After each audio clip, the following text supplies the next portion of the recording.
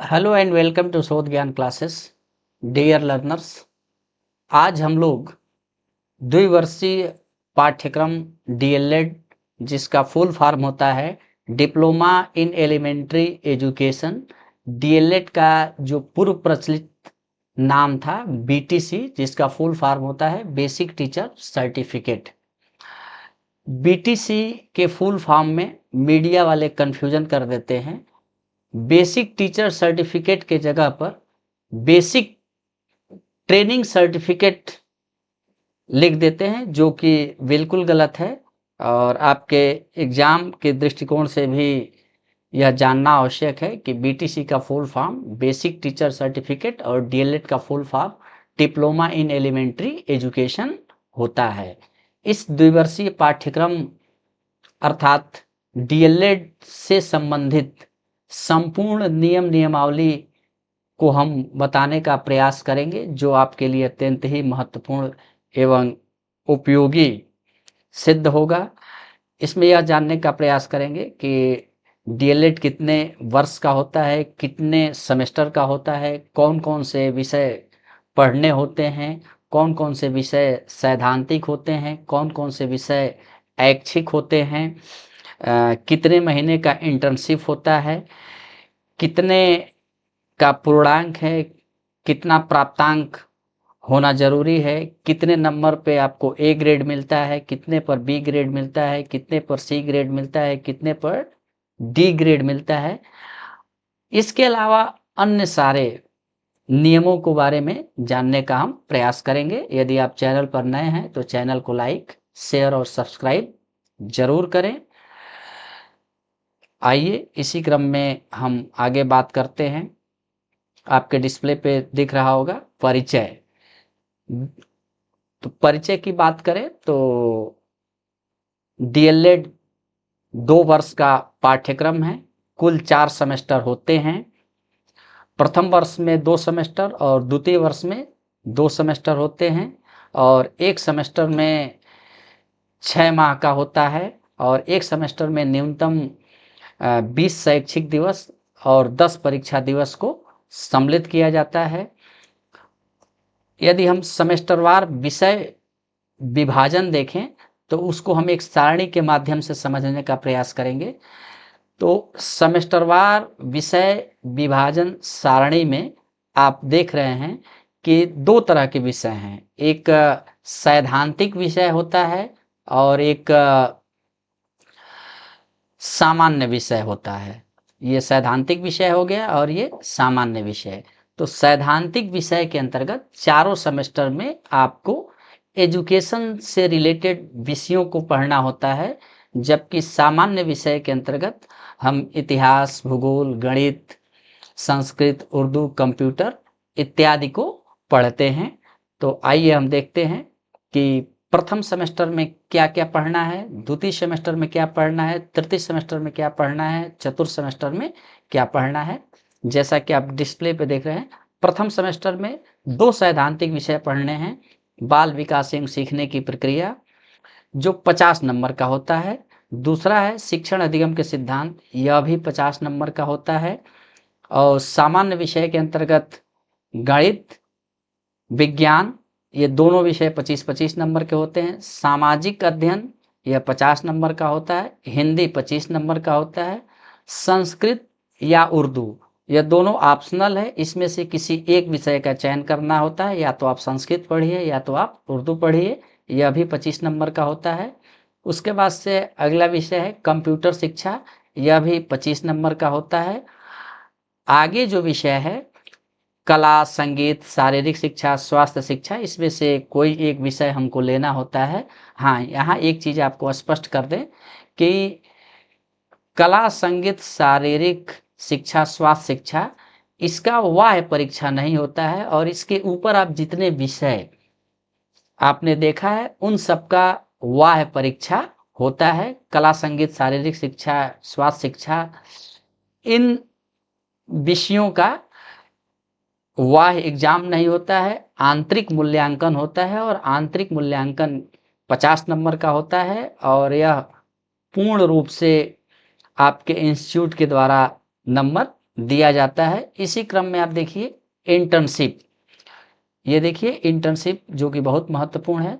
Total 6 महीने में से 1 महीने इंटर्नशिप करने होते हैं और इंटर्नशिप आपको परिषदीय विद्यालय में करने होते हैं, अर्थात प्राथमिक विद्यालय जो गवर्नमेंट प्राथमिक विद्यालय हैं वहाँ जाके आपको 1 महीने का इंटर्नशिप करना होता है और पूर्ण रूप से आप उस विद्यालय के हेडमास्टर की देखरेख में करते हैं और यहाँ से आपको 100 नंबर दिए जाते हैं, यानी कि 100 नंबर का होता है। तो आपके बिहेवियर के ऊपर है कि आप 100 नंबर लेके आते हैं कि 99 नंबर लेके आते हैं, यह हेडमास्टर के ऊपर डिपेंड करता है, आपके कार्यशैली के ऊपर निर्भर करता है। उसी क्रम में थोड़ा सा हम और ऊपर चले तो द्वितीय सेमेस्टर में आप देखिए वर्तमान भारतीय समाज एवं प्रारंभिक शिक्षा जो कि सैद्धांतिक विषय है। फिर दूसरा आप विषय देखिए प्रारंभिक शिक्षा के नवीन प्रयास। फिर देखिए सामान्य विषय के अंतर्गत विज्ञान, गणित, सामाजिक अध्ययन, हिंदी, अंग्रेजी और यहाँ पे फिर देखिए समाजोपयोगी उत्पादक कार्य और कला, संगीत, शारीरिक शिक्षा, स्वास्थ्य शिक्षा, इनमें से कोई एक। तो यहाँ भी स्पष्ट कर दें कि समाजोपयोगी उत्पादक कार्य और कला, संगीत या शारीरिक शिक्षा का कोई बाह्य परीक्षा नहीं होता है, इसका सिर्फ और सिर्फ इंटरनल परीक्षा होता है। और यहाँ भी 1 माह का इंटर्नशिप होता है जो किसी प्राथमिक विद्यालय में जाके आपको करना होता है और यहाँ भी इंटर्नशिप के लिए 100 नंबर निर्धारित किया गया है जो आपके हेडमास्टर के द्वारा दिया जाएगा। इसी क्रम में आप आइए तृतीय सेमेस्टर में। तृतीय सेमेस्टर में भी 2 सैद्धांतिक विषय पढ़ने हैं, शैक्षिक मूल्यांकन, क्रियात्मक शोध एवं नवाचार और दूसरा जो विषय है समावेशी शिक्षा। इसके अलावा सामान्य विषय के अंतर्गत आप देख सकते हैं विज्ञान, गणित, सामाजिक अध्ययन, हिंदी, संस्कृत या उर्दू में से कोई एक और कंप्यूटर शिक्षा। इसके अलावा आप देखिए कला, संगीत, शारीरिक शिक्षा, स्वास्थ्य शिक्षा, सैद्धांतिक, प्रायोगिक। तो यहाँ पर भी ये कला, स्वास्थ्य, शारीरिक शिक्षा जो आप देख रहे हैं यहाँ पर भी इनका बाह्य परीक्षा नहीं होता है, इसका सिर्फ आंतरिक मूल्यांकन होता है। और ऊपर जितने भी विषय आप देख रहे हैं चाहे सैद्धांतिक विषय हो चाहे सामान्य विषय हो उनका बाह्य परीक्षा होता है जो जिले के सरकारी विद्यालय में होता है, प्राइवेट विद्यालय में नहीं होता है। और यहाँ भी 1 महीने का इंटर्नशिप होता है जो आपको प्राथमिक विद्यालय में जाकर करना होता है और 100 नंबर यहाँ भी डिसाइड होता है जो आपको हेडमास्टर देते हैं। इसी क्रम में आप आइए चतुर्थ सेमेस्टर। चतुर्थ सेमेस्टर में भी देखिए 2 सैद्धांतिक विषय हैं, आरंभिक स्तर पर भाषा के पठन, लेखन एवं गणितीय क्षमता का विकास जो कि 50 नंबर का है। फिर आप देखिए चतुर्थ सेमेस्टर में जो दूसरा सैद्धांतिक विषय है शैक्षिक प्रबंधन एवं प्रशासन, यह भी 50 नंबर का होता है। सामान्य विषय में आप देखिए विज्ञान, गणित दोनों 25-25 नंबर के और सामाजिक अध्ययन देखिए ये 50 नंबर का होता है। फिर हिंदी और अंग्रेजी और शांति शिक्षा एवं सतत विकास, ये सब आपके कंपलसरी पेपर हैं, कंपलसरी विषय हैं जिसका आपको एग्जाम देना होता है जो जिले मुख्यालय पे होता है। और यहाँ भी कला, संगीत, शारीरिक शिक्षा या स्वास्थ्य शिक्षा का कोई भी बाह्य परीक्षा नहीं होता है, इसका सिर्फ और सिर्फ इंटरनल परीक्षा होता है। और यहाँ पर भी चतुर्थ सेमेस्टर में भी आपको 1 माह का इंटर्नशिप करना होता है और 1 माह का जो इंटर्नशिप करेंगे यह प्राथमिक विद्यालय में न करके उच्च प्राथमिक विद्यालय में करते हैं। यहाँ पे 6, 7 और 8 के बच्चों को पढ़ाना होता है। आइए इसी क्रम में हम आगे बढ़ते हैं। देखिए इंटर्नशिप, जैसा कि आपके डिस्प्ले पे दिख रहा है इंटर्नशिप या इसको हम क्रियात्मक प्रशिक्षण भी बोलते हैं। तो डीएलएड 2 वर्षीय प्रशिक्षण कार्यक्रम में कुल 4 सेमेस्टर होते हैं और प्रत्येक सेमेस्टर 6 माह का होता है और प्रत्येक प्रशिक्षु को 1 माह प्राथमिक विद्यालयों में इंटर्नशिप पर भेजा जाता है। वहाँ आप हेडमास्टर की देखरेख में 1 माह का इंटर्नशिप करते हैं और 100 नंबर वहाँ से आपको मिलता है। दूसरी चीज़ कि फर्स्ट सेमेस्टर, सेकेंड सेमेस्टर और थर्ड सेमेस्टर में जो आप इंटर्नशिप करेंगे वह करेंगे प्राथमिक विद्यालय में, प्राइमरी स्कूल में करेंगे। लेकिन जो चौथे सेमेस्टर का इंटर्नशिप होता है वह करते हैं आप यूपीएस, उच्च प्राथमिक विद्यालय में आप करते हैं, जहाँ 6, 7, 8 को पढ़ाना होता है। जबकि प्रथम सेमेस्टर, द्वितीय सेमेस्टर और तृतीय सेमेस्टर में आप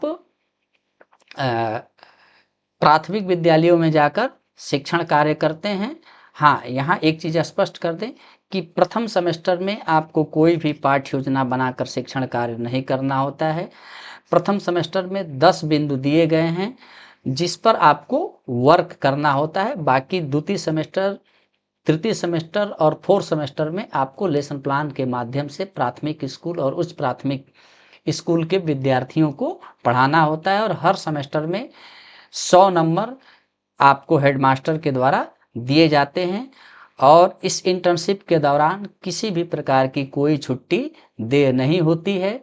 और जब आप इंटर्नशिप कर रहे होते हैं तो जांच के लिए डाइट से डाइट प्रिंसिपल जा सकते हैं, डाइट मेंटर जा सकते हैं, आपके विद्यालय का कोई प्रवक्ता जा सकता है, आपकी जांच बीएसए भी कर सकते हैं, खंड शिक्षा अधिकारी भी कर सकते हैं। तो इसलिए यहाँ पर किसी भी प्रकार का कोई छुट्टी दे नहीं होता है। विशेष परिस्थिति में आप अपने हेडमास्टर से प्रार्थना पत्र देकर छुट्टी ले सकते हैं, वह भी उनकी अनुमति होगी तब। इसी क्रम में हम आगे बढ़ते हैं। जैसा आप देख रहे हैं कि इंटर्नशिप में अंक प्रदान करने हेतु मार्गदर्शक प्रपत्र, तो आपको बता दें कि प्रत्येक सेमेस्टर में 200 अंक इंटर्नशिप के होते हैं। अभी हम 100 नंबर की ही बात कर रहे थे, 200 होते हैं। अभी हम बताएंगे कि 100 नंबर किसका होता है, 100 नंबर बाकी का 100 नंबर किसको देना होता है। तो इसमें से 200 का इंटर्नशिप होता है, तो 100 नंबर अर्थात 50% अंक जिस विद्यालय पे आपका इंटर्नशिप लगा है वहाँ के हेडमास्टर के द्वारा दिया जाता है। जबकि 100 नंबर अर्थात 50% अंक जिस संस्थान में आप डीएलएड कर रहे होते हैं, अर्थात जिस इंस्टीट्यूट में आपने एडमिशन लिया है, वहाँ से 100 नंबर आपको दिए जाते हैं। तो 100 नंबर आपको किस आधार पर दिए जाते हैं इसका भी रूपरेखा तय किया गया है, वह हम आपको आगे या नेक्स्ट वीडियो में बताने का प्रयास करेंगे। फिलहाल ये जानिए कि इंटर्नशिप में कुल 200 नंबर होते हैं। 100 नंबर हेडमास्टर के द्वारा दिए जाते हैं और 100 नंबर जिस विद्यालय में आपने अध्ययन लिया है, जिस इंस्टीट्यूट में आपने अध्ययन लिया है, वहाँ के प्रिंसिपल के द्वारा दिया जाता है। इसी क्रम में अब हम आगे बढ़ते हैं। प्रशिक्षण के नियम, प्रशिक्षण के कौन कौन से नियम हैं, तो एक चीज़ आपको बता दें कि जो वीटीसी या डीएलएड प्रशिक्षण यह पूर्वकालिक सेवा पूर्व प्रशिक्षण कार्यक्रम है, जो कि राष्ट्रीय अध्यापक शिक्षा परिषद NCTE अर्थात national council for teacher education के नियमों के अंतर्गत संचालित किया जाता है। और आप क्या नाम है, जिला शिक्षा एवं प्रशिक्षण संस्थान की देखरेख में आप अपना 2 वर्ष का प्रशिक्षण पूर्ण करते हैं। तो आइए देखिए इसमें समय अवधि। तो समय अवधि में आप देख रहे हैं कि डीएलएड 2 वर्ष का नियमित प्रशिक्षण है और डीएलएड में प्रत्येक सेमेस्टर 6 महीने का होता है। और न्यूनतम जो कार्य दिवस होगा प्रथम सेमेस्टर में वह 120 कार्य दिवस होता है और 10 कार्य दिवस क्या नाम है परीक्षा के लिए सुनिश्चित किया जाता है। यदि हम अनुशासन की बात करें तो प्रत्येक दिन आपको प्रातः 10 बजे प्रशिक्षण संस्थान में उपलब्ध होना होता है और 5 बजे तक आप वहाँ रहते हैं। यानी कि आपके प्रशिक्षण का जो शेड्यूल है वह प्रत्येक कार्य दिवस के प्रातः 10 बजे से लेकर सायं 5 बजे तक होता है और 30 मिनट का क्या नाम है मात्र भोजना अवकाश होता है।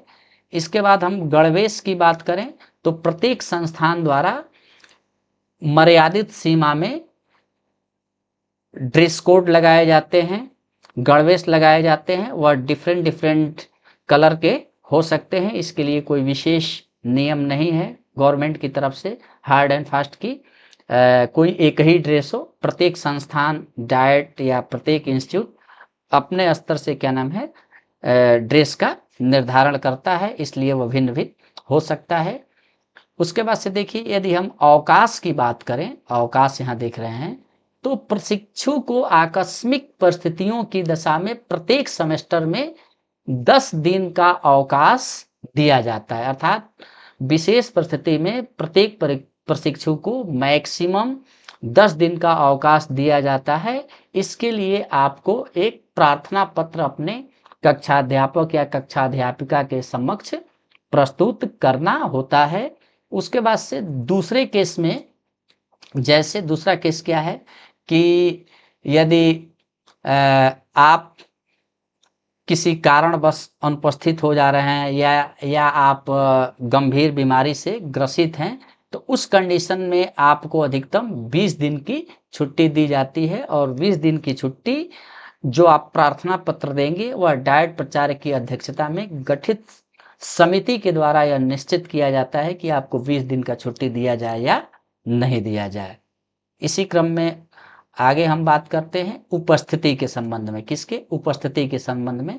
तो प्रशिक्षु को प्रत्येक सेमेस्टर में कम से कम 75% की उपस्थिति क्या है?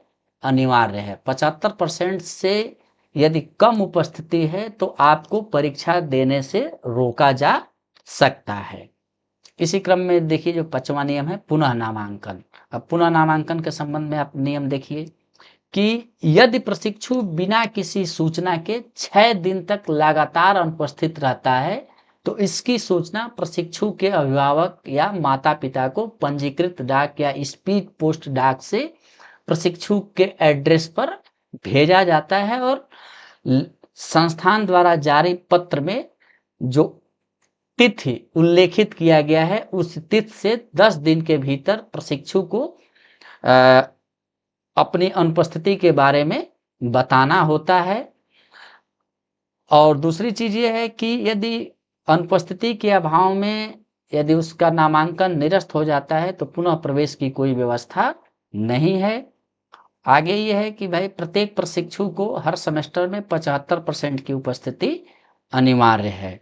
यदि 75% से उपस्थिति उसकी कम है तो उसको परीक्षा देने से रोका जा सकता है। और यदि परीक्षा देने से उसे वंचित कर दिया जाता है तो पुनः उसको उसी कक्षा में उसी सेमेस्टर में पढ़ना होता है। अब आगे बात करते हैं परीक्षा से संबंधित कुछ नियम दिया गया है। जो बीटीसी या डीएलएड प्रशिक्षण का जो पाठ्यक्रम होता है वह 4 सेमेस्टर में विभाजित होता है। और प्रत्येक सेमेस्टर के पूर्ण होने के बाद से पीएनपी यानी कि सचिव परीक्षा नियामक प्राधिकारी प्रयागराज के द्वारा निर्धारित प्रक्रिया के अनुसार आपकी परीक्षाएं क्या नाम है संपन्न कराई जाती हैं। दूसरी महत्वपूर्ण बात है कि प्रत्येक सेमेस्टर में प्रशिक्षु के मूल्यांकन करने के लिए यूनिट टेस्ट कराया जाता है, प्रोजेक्ट उनसे बनवाया जाता है, मॉडल बनवाया जाता है। और यह कार्य क्या नाम है इंटर्नशिप के माध्यम से किया जाता है। आगे देखिए महत्वपूर्ण बात क्या है, ये गौर करने वाली बात है कि किसी भी सेमेस्टर में उत्तीर्ण होने के लिए प्रशिक्षु को प्रत्येक विषय के बाह्य मूल्यांकन में 50% अंक तथा आंतरिक मूल्यांकन में 60% अंक प्राप्त करना अनिवार्य है। यानी यहाँ कहने का मतलब यह है कि यदि आप सामाजिक अध्ययन का पेपर दे रहे हैं, एसएसटी का पेपर दे रहे हैं, तो एसएसटी के पेपर में आपको 50% अंक यानी कि 50 में से 25 नंबर आपको लाना अनिवार्य है। किसमें? लिखित परीक्षा में जो जिले पे होता है उसमें आपको 50% अंक लाना अनिवार्य होता है। जबकि सामाजिक विज्ञान या एसएसटी का जो आंतरिक मूल्यांकन संस्था के द्वारा किया जाता है उसमें प्रशिक्षु को कम से कम 60% अंक प्राप्त करना अनिवार्य होता है। यदि कोई प्रशिक्षु वाह्य मूल्यांकन में 50% से कम यदि नंबर पाता है, यदि 24 नंबर मान लीजिए पा गया, 23 नंबर पा गया, तो वह क्या नाम है, उस विषय में अनुत्तीर्ण माना जाएगा। उसी तरह से आंतरिक मूल्यांकन में कोई प्रशिक्षु 60% के जगह पे यदि 59% अंक या 50% अंक उस संस्था के द्वारा दिया जाता है, तो उस कंडीशन में भी प्रशिक्षु को अनुत्तीर्ण घोषित कर दिया जाएगा और प्राप्त अंकों के आधार पर ही प्रशिक्षुओं को ABCD ग्रेड दिए जाते हैं। इसी क्रम में अगला महत्वपूर्ण बात क्या है, यह जान लेते हैं। यहाँ देखिए, प्रत्येक प्रश्न पत्र के आंतरिक मूल्यांकन के 50% अंक होंगे, जिसमें से 20% जो अंक होते हैं वह प्रोजेक्ट एवं सत्रीय कार्य हेतु एवं 30% अंक विषयों की जो आंतरिक लिखित परीक्षा जैसे यूनिट टेस्ट प्रति माह तथा एक सेमेस्टर में 3 बार होते हैं। यानी कि विद्यालय में प्रत्येक सेमेस्टर में 3 बार यूनिट टेस्ट होता है।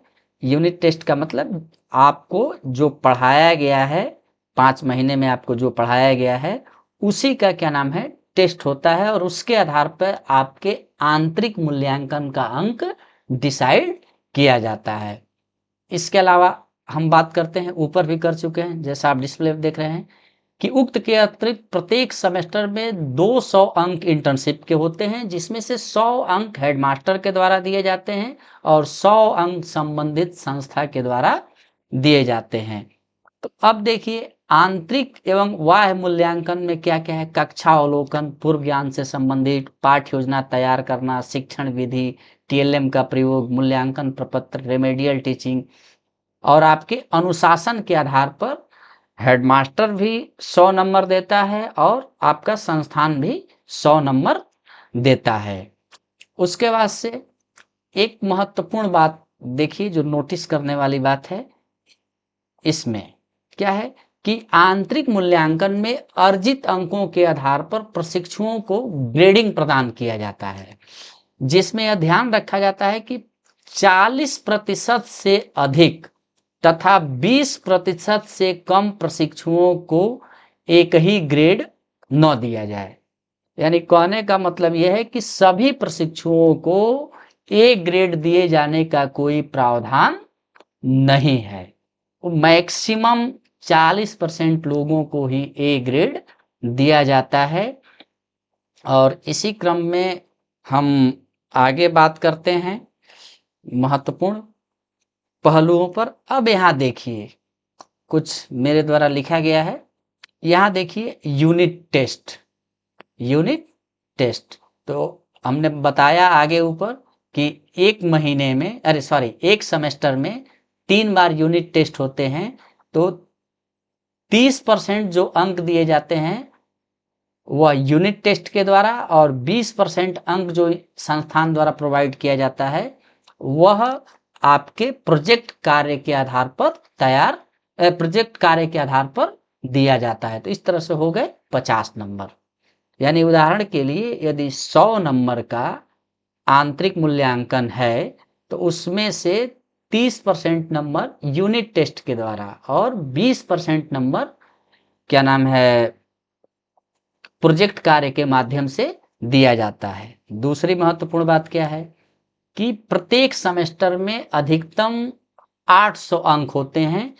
तो DLED में कुल 4 सेमेस्टर होते हैं, तो इसलिए 800 में 4 का आप गुणा कर देंगे तो 3200 हो गया। यानी कि एक सेमेस्टर में जो कुल पूर्णांक होता है वह 800 होता है और चारों सेमेस्टर का मिला दिया जाए तो 3200 का टोटल पूर्णांक होता है और प्रत्येक सेमेस्टर में 800 का पूर्णांक होता है। अब देखिए, इस 3200 में भी बंटवारा है। अब 3200 में आप देखिए, गौर करने वाली बात क्या है कि सिर्फ 1475 नंबर वाह्य मूल्यांकन के द्वारा मिलता है। वाह्य का मतलब कि जो आपके संस्थान में नहीं होता है, आप क्या नाम है, जिला मुख्यालय के गवर्नमेंट कॉलेज में जहां आप जाकर परीक्षा देते हैं विषयों को पढ़कर, वहां से आपको 1475 नंबर मिलते हैं। दूसरी महत्वपूर्ण बात देखिए कि 1725 नंबर, यह क्या नाम है, आपके संस्था के द्वारा दिए जाते हैं, जो आंतरिक मूल्यांकन कहलाता है। अब यहां देखिए 1475, यह तो आपके कार्यशैली और आपके क्षमता के ऊपर निर्भर करता है, और ये जो आंतरिक मूल्यांकन है, यहाँ भी आपके कार्य व्यवहार शैली और आपके संस्था के ऊपर निर्भर करता है। लेकिन पीछे का जो रिजल्ट देखें तो मैक्सिमम, मतलब लगभग सभी संस्थानों के द्वारा 1725 में से सबको ए ग्रेड क्या नाम है दे दिया जाता है, 85% से ऊपर नंबर दे दिए जाते हैं। लेकिन जो यह 1475 नंबर देखते हैं, इस 1475 नंबर में से यहाँ नोट करने वाली बात है कि 400 नंबर हेडमास्टर के द्वारा दिए जाते हैं। तो प्रायः देखा गया है कि 100 नंबर हर सेमेस्टर में होता है, तो 4 सेमेस्टर में मिलके 400 नंबर हो गया।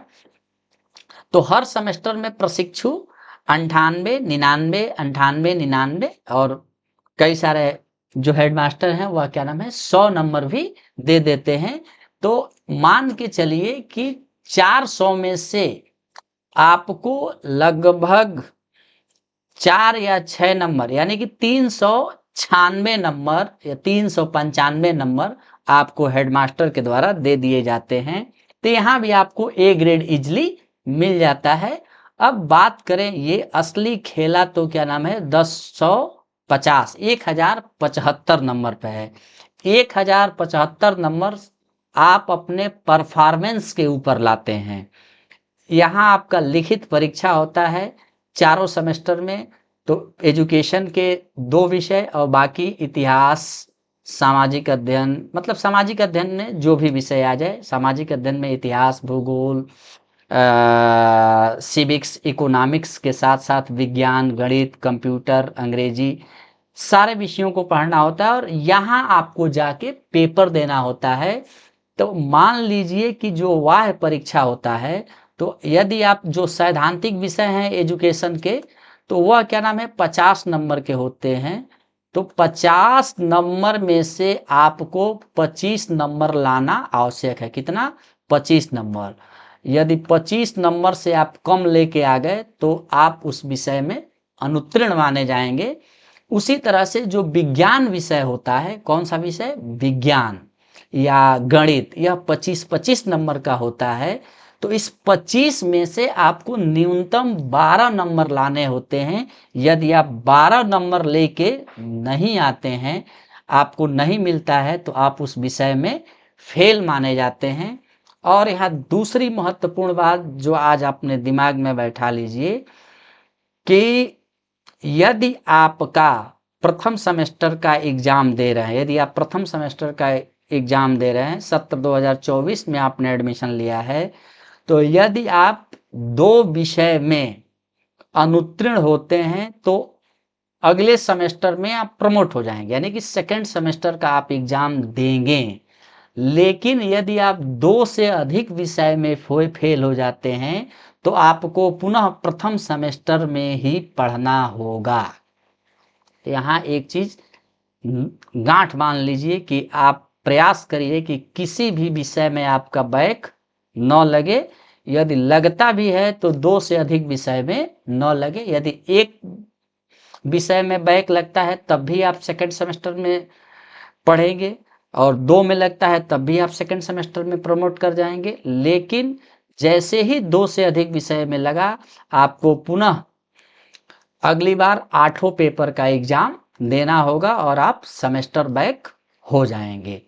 आइए इसी क्रम में हम देखते हैं सेमेस्टर वार अंक विभाजन क्या है। सेमेस्टर वार अंक विभाजन, तो आपके डिस्प्ले पे देखिए प्रथम सेमेस्टर और द्वितीय सेमेस्टर दिखाई दे रहा है। तो हम बात कर रहे हैं प्रथम सेमेस्टर। तो प्रथम सेमेस्टर में आप समझिए कि यह ऊपर देखिए पूर्णांक और उसके बगल में देखिए उत्तीर्ण दिया हुआ है। तो अब देखिए एक वाय मूल्यांकन और एक आंतरिक मूल्यांकन और यहाँ योग दिया हुआ है। तो देखिए प्रथम प्रश्न पत्र बाल विकास, ये देखिए वाह मूल्यांकन क्या है, 50 नंबर का है, यानी कि आपका जिले पर पेपर होगा, आपको पेपर कॉपी मिलेगा जिसमें आपको 40 क्वेश्चन लिखने होते हैं। 40 क्वेश्चन में से 15 क्वेश्चन बहुविकल्पी होते हैं, 15 क्वेश्चन अति लघुत्तरी होते हैं, और अवशेष जो 10 क्वेश्चन बच जा रहा है वह क्या नाम है, लघुत्तरी टाइप के होते हैं। और यहाँ भी एक ध्यान देने वाली बात है कि आपका परीक्षा 3 ही दिन में समाप्त हो जाता है, एक दिन में आपको 3 पेपर देने होते हैं। और यहाँ देखिए आंतरिक मूल्यांकन, यह आंतरिक मूल्यांकन आपके संस्था के द्वारा दिया जाता है। इसमें जनरली लगभग जो पीछे का रेशियो देखा गया है, सबको ए ग्रेड 48, 49, 47 मिल ही जाता है। तो इस तरह से योग हो गया 100 नंबर। अब देखिए यहाँ 50 में से वाह मूल्यांकन में आपको क्या नाम है, 25 नंबर लाना ही लाना है। 25 नंबर से जैसे कम हुआ आप उस विषय में अनुत्तीर्ण माने जाएंगे।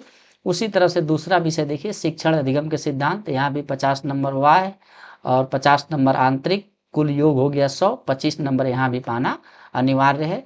इसी तरह से आप देखिए विज्ञान, विज्ञान क्या है, यह 25 नंबर का होता है और यह 1 घंटे का पेपर होता है। ठीक, इसमें आंतरिक मूल्यांकन भी 25 नंबर का होता है। तो आंतरिक मूल्यांकन में आप 22, 23, 24 इजिली पा जाते हैं, दोनों मिलके 50 हुआ। लेकिन वाह मूल्यांकन में यदि आप 12 नंबर से कम पाते हैं तो आप विज्ञान विषय में अनुत्तीर्ण माने जाएंगे। तो उसी तरह से आप देखिए गणित का, फिर सामाजिक अध्ययन का, और फिर हिंदी, और फिर संस्कृत या उर्दू में से कोई आपको चुनाव करना होता है। यदि संस्कृत आपने चुना है प्रथम सेमेस्टर में, तो तृतीय सेमेस्टर में आपको संस्कृत ही पढ़ना होगा, वहाँ विषय चेंज नहीं होगा। यहाँ आपको कंप्यूटर शिक्षा भी पढ़ना है। अब यहाँ देखिए जो अष्टम प्रश्न पत्र है शारीरिक शिक्षा, स्वास्थ्य, कला एवं संगीत, इसका देखिए यहाँ पर वाह मूल्यांकन नहीं होता है, यहाँ पर सिर्फ क्या होता है, आंतरिक मूल्यांकन होता है। और यह देखिए यहाँ पे योग केवल 85 होगा, और यहाँ भी आपको आंतरिक मूल्यांकन में 50 में से आपको 46, 47, 48, 49 में से कोई एक आपको अंक मिल जाता है। अब यहाँ देखिए इंटर्नशिप, यहाँ देखिए ये 100 नंबर जो वाह मूल्यांकन है, यानी कि इंटर्नशिप भाग क वाह मूल्यांकन होता है, यहाँ भाग क लिखा हुआ है, जो हेडमास्टर के द्वारा दिया जाता है प्राथमिक विद्यालय के। और यहाँ जो 100 नंबर आप देख रहे हैं, यह क्या नाम है, आपके संस्था के द्वारा दिया जाएगा, जिस संस्था में आप प्रशिक्षण ले रहे होते हैं।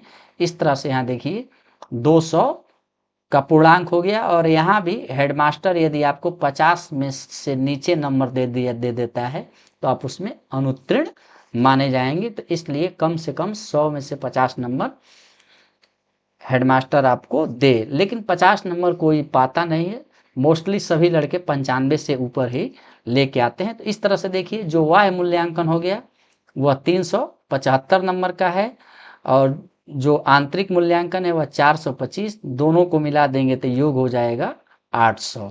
तो इसी तरह से देखिए द्वितीय सेमेस्टर का भी विभाजन है, तो आप चार्ट देख के आप समझ जाएंगे कि कौन सा वाह मूल्यांकन है और कौन सा आंतरिक मूल्यांकन है और किसमें कितना नंबर पाना है। यहाँ देखिए अष्टम पेपर समाजोपयोगी कार्य में यहाँ वाह परीक्षा नहीं होता है, यहाँ सिर्फ आंतरिक परीक्षा, यहाँ 50 में से इजिली आपको 45 से ऊपर मिल ही जाता है। 9वां पेपर आप देखिए शारीरिक शिक्षा, स्वास्थ्य, कला एवं संगीत शिक्षा, यहाँ 25 नंबर का वाह मूल्यांकन दिया तो है, लेकिन वास्तव में यह अब हटा दिया गया है।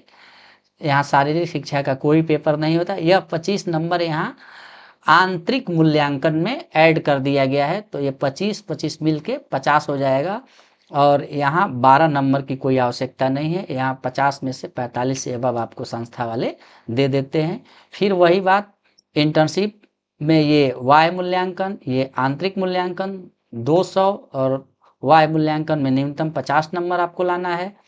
और यहाँ देखिए योग 350, यहाँ 450, कुल योग हो गया 800। तो द्वितीय सेमेस्टर भी 800 का है। इसी तरह से अब आइए तृतीय सेमेस्टर में एंट्री करिए, तो सेम चीज़ यहाँ भी है, 50 नंबर, 50 नंबर, 25, 25, 50, हिंदी में 25, संस्कृत में देखिए यहाँ आप विषय नहीं बदल सकते हैं। प्रथम सेमेस्टर में आपने जो लिया है संस्कृत या उर्दू में से वही आपको देना है। यहाँ भी देखिए कंप्यूटर शिक्षा। अब यहाँ देखिए 9वां पेपर जो शारीरिक शिक्षा, यहाँ देखिए वाह्य मूल्यांकन नहीं होगा, आंतरिक मूल्यांकन होगा। उसी तरह से आप देखिए यहाँ इंटर्नशिप में ये 100 नंबर वाह्य मूल्यांकन हेडमास्टर के द्वारा, 100 नंबर यहाँ आंतरिक मूल्यांकन कॉलेज के द्वारा, कुल 200 नंबर हो गया। यहाँ भी 50 नंबर वाह्य मूल्यांकन में न्यूनतम लाना है। यहाँ देखिए योग हो गया वाह्य मूल्यांकन का 350, आंतरिक मूल्यांकन का हो गया 425, कुल हो गया 800। इस तरह से तृतीय सेमेस्टर भी कितने का हुआ, 800 का। फिर वही चीज़ आप देखिए चतुर्थ सेमेस्टर में, चतुर्थ सेमेस्टर आपके डिस्प्ले पे दिख रहा होगा, सेम चीज़ है ये 50 नंबर 50 नंबर 25 नंबर। फिर आप यहाँ आइए, सीधे आते हैं बिना देरी किए हुए 9वां प्रश्न पत्र। यहाँ देखिए शारीरिक शिक्षा, यहाँ इसका कोई पेपर नहीं होता है, सिर्फ आंतरिक मूल्यांकन होता है। इसमें आपको 45 से ऊपर नंबर मिल ही जाते हैं। फिर यहाँ देखिए इंटर्नशिप, हाँ चतुर्थ सेमेस्टर में इंटर्नशिप आप उच्च प्राथमिक विद्यालय में करेंगे। यहाँ 100 नंबर हेडमास्टर के द्वारा और ये 100 नंबर कॉलेज के द्वारा, टोटल हो गया 200। यहाँ देखिए 375 नंबर, 425 नंबर, ये हो गया 800 नंबर। तो इस तरह से प्रत्येक सेमेस्टर में 800 नंबर होते हैं और टोटल चारों सेमेस्टर का मिला के 3200 का टोटल पूर्णांक होता है। और दूसरी चीज आपको यह भी स्पष्ट कर दें कि जो प्रथम द्वितीय एवं पंचम प्रश्न पत्र है, यानी कि जो प्रश्न पत्र 50 नंबर का होता है उसके लिए आपको 2 घंटे का समय दिया जाता है। आज जो प्रश्न पत्र 25 नंबर का होता है उसमें 1 घंटे का समय दिया जाता है। अब देखिए यहाँ वाह्य मूल्यांकन में मात्र लिखित परीक्षा होती है, जबकि आंतरिक मूल्यांकन में आपका मौखिक एवं लिखित दोनों ही परीक्षा होता है। मौखिक का मतलब भाई एग्जामिनर आते हैं, आपसे प्रश्न पूछते हैं, आप उसका उत्तर देते हैं, वाइवा आप इससे परिचित ही होंगे। लिखित का मतलब कि जो आपका यूनिट टेस्ट ऊपर बताया गया है, यूनिट टेस्ट से आपको क्या नाम है 30% नंबर दिए जाएंगे। तो यहाँ लिखित का मतलब वही यूनिट टेस्ट है। उसके बाद से आगे देखिए, आगे हम बात करते हैं कि 6 माह कंप्लीट होने के बाद से आपका परीक्षा कराया जाता है फर्स्ट सेमेस्टर के लिए। मान लीजिए कि यदि आपका 6 महीना कंप्लीट हो गया, आप परीक्षा नहीं हुआ, तो 6 महीना कंप्लीट होने के बाद से ऑटोमेटिक आप दूसरे सेमेस्टर में चले जाते हैं। भले ही आपका एग्जाम दूसरे सेमेस्टर में हो, दूसरे सेमेस्टर का एग्जाम तीसरे सेमेस्टर में हो। अब देखिए परीक्षा शुल्क, परीक्षा शुल्क क्या नाम है समय के साथ अपडेट होता रहता है। यदि परीक्षा फॉर्म की बात करें तो परीक्षा फॉर्म क्या नाम है ऑनलाइन भरवाए जाते हैं, जो आपके संस्था के द्वारा भरा जाता है। और शुल्क जो होता है वह जमा करना होता है, यह आपसे रिलेटेड नहीं है। आपका काम बस इतना है कि परीक्षा फॉर्म भरने में प्रथम सेमेस्टर में आपको जो ऑप्शनल विषय है संस्कृत और उर्दू में से कौन सा विषय आपको लेना है, यह क्या नाम है आपके संस्था को दे देना है। एक फॉर्म मिलता है, उस फॉर्म को फिलअप करना होता है और फोटो उस पर आप चस्पा करते हैं और उसको क्या नाम है कंप्यूटर में लोड कर दिया जाता है और आपका परीक्षा फॉर्म भर दिया जाता है। और जो भी आप फीस दिए होते हैं उसको क्या नाम है संस्था या तो पीएनपी के अकाउंट में सीधे जमा कर देती है। उसके बाद से आपको क्या नाम है अनुक्रमांक मिल जाता है, फिर संस्था के द्वारा आपको प्रवेश पत्र दे दिया जाता है। फिर उसके बाद से आगे देखिए ये अंक पत्र, जब चारों सेमेस्टर आप उत्तीर्ण कर जाएंगे तो आपको 4 अंक पत्र और एक प्रमाण पत्र आपको दे दिया जाता है। अब देखिए यहाँ जो आपके लिए महत्वपूर्ण है प्राप्तांक एवं श्रेणी लिखित परीक्षा। यदि आप लिखित परीक्षा में 80% या उससे अधिक पाते हैं तो आपको ए ग्रेड दिया जाएगा। यदि आप 80% से कम तथा 65% तक, यानी कि 65 से 80% के बीच में यदि आप नंबर पाते हैं तो आपको बी ग्रेड दिया जाएगा। और यदि आप 50% से 65% के बीच में आप नंबर पाते हैं तो सी ग्रेड दिया जाएगा। और 50% से कम अंक पाते हैं तो आपको अनुत्तीर्ण अर्थात आपको डी ग्रेड दिया जाएगा। तो ये चीज आप समझ लीजिए कि 80% या उससे अधिक पाने वालों को ए ग्रेड, 65 से 80% वालों को बी ग्रेड, और 50 से 65% वालों को सी ग्रेड, और 50 से कम पाने वालों को क्या नाम है, डी ग्रेड दे दिया जाता है। डी ग्रेड का मतलब अनुत्तीर्ण। उसी तरह से आंतरिक परीक्षा जो आपके इंस्टीट्यूट के द्वारा दिया जाता है, तो यदि आप 85% से अधिक नंबर पाते हैं तो ए ग्रेड, यदि 70 और 85% के बीच में पाते हैं तो बी ग्रेड, 60 और 70% के बीच में पाते हैं तो सी ग्रेड, और 60% से कम पाते हैं तो अनुत्तीर्ण, अर्थात आपको डी ग्रेड दिए जाते हैं। उसके बाद से देखिए पुनः परीक्षा के संबंध में क्या नियमावली है कि यदि कोई प्रशिक्षु किन्हीं 2 विषयों की लिखित परीक्षा में अनुत्तीर्ण होता है तो उसे आने वाले सेमेस्टर में पुनः लिखित परीक्षा में सम्मिलित होने की अनुमति दी जाए। यानी कहने का मतलब यह है कि यदि आप प्रथम सेमेस्टर का एग्जाम दिए, यदि आप न्यूनतम 2 विषय में अनुत्तीर्ण हो गए हैं तो अगले सेमेस्टर में आपको प्रमोट कर दिया जाएगा। लेकिन आपको जब प्रथम सेमेस्टर का पेपर होगा तो जिस विषय में आप उत्तीर्ण हैं उन दोनों विषयों का पेपर आपको देना होगा। यदि आप 2 से अधिक विषय में अनुत्तीर्ण हैं तो पुनः आपको प्रथम सेमेस्टर में पढ़ना होगा और प्रथम सेमेस्टर के सारे पेपर आपको देने होंगे। ठीक। उसके बाद से मूल्यांकन के बारे में आपको बता दिया गया है कि जो आप परीक्षा देते हैं, जो जिले पे परीक्षा देते हैं वह है मूल्यांकन, उसका क्या नाम है, मूल्यांकन पीएनपी के द्वारा कराया जाता है। आगे बात करें, कर ले कुछ एक महत्वपूर्ण पहलू क्या है, स्क्रूटनी, अंकानुसंधान इसको कहा जाता है। तो यदि आपने वाह्य परीक्षा दिया है, परीक्षा परिणाम घोषित हो गया, तो यदि आप किसी विषय में अनुत्तीर्ण हो गए, जैसे मान लीजिए कि 25 में से आपको 11 ही नंबर मिला, 50 में से आपको 24 नंबर मिला, तो आपका 1 नंबर कम है। यदि आपको लगता है कि मैंने पेपर सही तरीके से दिया था, मेरा 25 नहीं 26 नंबर होना चाहिए, 28 नंबर होना चाहिए, तो उस परिस्थिति में रिजल्ट घोषित होने के 30 दिन के अंदर आप अपने संस्थान में जाकर स्क्रूटनी के लिए फॉर्म अप्लाई करेंगे। और आपको यह भी बता दें कि आप अधिकतम केवल 2 विषय में ही स्क्रूटनी के लिए अप्लाई कर सकते हैं। और स्क्रूटनी फॉर्म भरने के लिए पीएनपी द्वारा जो धनराशि निर्धारित की गई होती है वह आपको देना पड़ता है। ध्यान रहे कि अधिकतम 2 ही विषय में आप स्क्रूटनी दे सकते हैं। स्क्रूटनी का मतलब यह नहीं है कि क्या नाम है आपका नंबर बढ़ ही जाए। आगे बात करते हैं। ये जो अभ्यर्थन है उसका निरस्तीकरण, यानी किस कंडीशन में आपके एडमिशन या नामांकन को निरस्त किया जा सकता है। पहली बात कि प्रवेश के समय यदि आप कोई सूचना गलत देते हैं या कोई अभिलेख आप गलत देते हैं तो उसके आधार पर आपका नामांकन निरस्त हो जाएगा। दूसरी कंडीशन क्या है, उपस्थिति पूर्ण न होने की स्थिति में, यदि आपकी उपस्थिति 75% से कम है तो आपका अभ्यर्थन निरस्त किया जाएगा। दूसरी चीज ये है कि अनुशासन समिति द्वारा प्रतिकूल टिप्पणी किए जाने पर, यदि आप अपने संस्था में कोई ऐसा कार्य कर देते हैं जो टीचर बनने की गरिमा के खिलाफ है, तो ऐसे कंडीशन में जो अनुशासनात्मक समिति होती है वह आपका नामांकन रद्द कर सकता है। उसके बाद से यदि आप परीक्षा में अनुचित साधन का प्रयोग कर रहे हैं तो वहाँ आपका रिस्टिकेट आप हो जाएंगे और आपका अभ्यर्थन निरस्त किया जाएगा।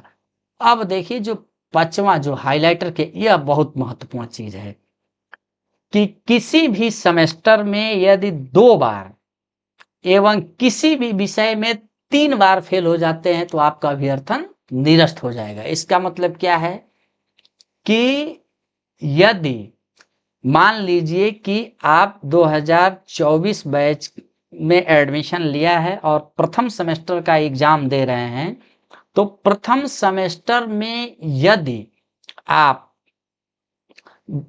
3 विषय में फेल हो गए तो आपको एक मौका और दिया जाएगा। यदि अगली बार भी प्रथम सेमेस्टर का एग्जाम दे रहे हैं और उसमें भी 3-4 विषय में फेल हो जा रहे हैं, तो आप एक ही सेमेस्टर में 2 बार फेल माने जाएंगे। वैसे कंडीशन में आपका अभ्यर्थन निरस्त कर दिया जाएगा। आपको पुनः परीक्षा में बैठने की अनुमति नहीं मिलेगी। और दूसरी कंडीशन ये है कि यदि किसी भी विषय में यदि आप 3 बार फेल हो जाते हैं, तब भी आपका अभ्यर्थन निरस्त कर दे। जैसे उदाहरण के लिए कि आप प्रथम सेमेस्टर में गणित विषय में फेल हो गए, तो एक ही विषय में फेल हुए हैं गणित में, तो आप क्या नाम है द्वितीय सेमेस्टर में पढ़ेंगे और द्वितीय सेमेस्टर का एग्जाम देंगे और द्वितीय सेमेस्टर का आपने एग्जाम भी पास कर लिया।